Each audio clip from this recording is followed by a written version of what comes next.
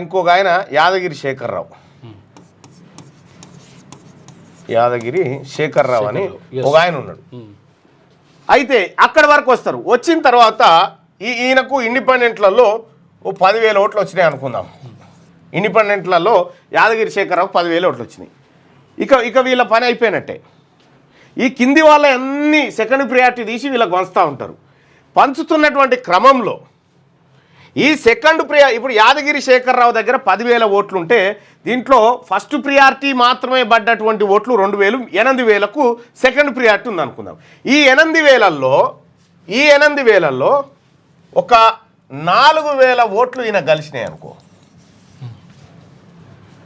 ఈయనకు 2,000 కలిసినాయి అనుకో, ఈయనకు 2,000 కలిసినాయి అనుకో, అప్పుడు మెల్లగా రేసులోకి ఎవరు వస్తారు? బీజేపీకి సంబంధించినటువంటి 34,015 ఓట్లతో ఈయన, 42,020 ఓట్లు ఈయన.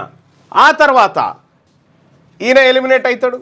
ఆ తర్వాత అతి తక్కువ ఎవరున్నారు? కాంగ్రెస్ పార్టీ అభ్యర్థి ఉండనుకుందాం.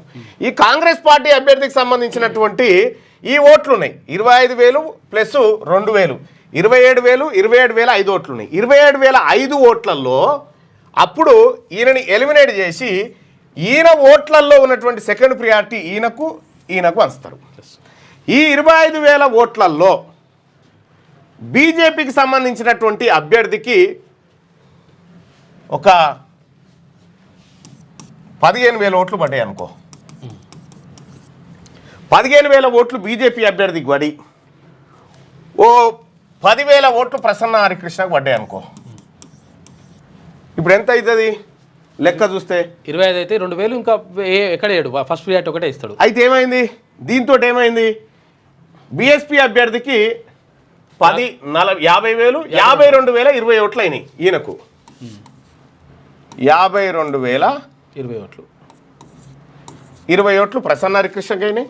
ఈయనకు 49,015 ఓట్లు ఈయనకైనాయి. రైట్, ఇక్కడ వరకు వచ్చిందనుకో, విజేత ప్రసన్న హరికృష్ణనే.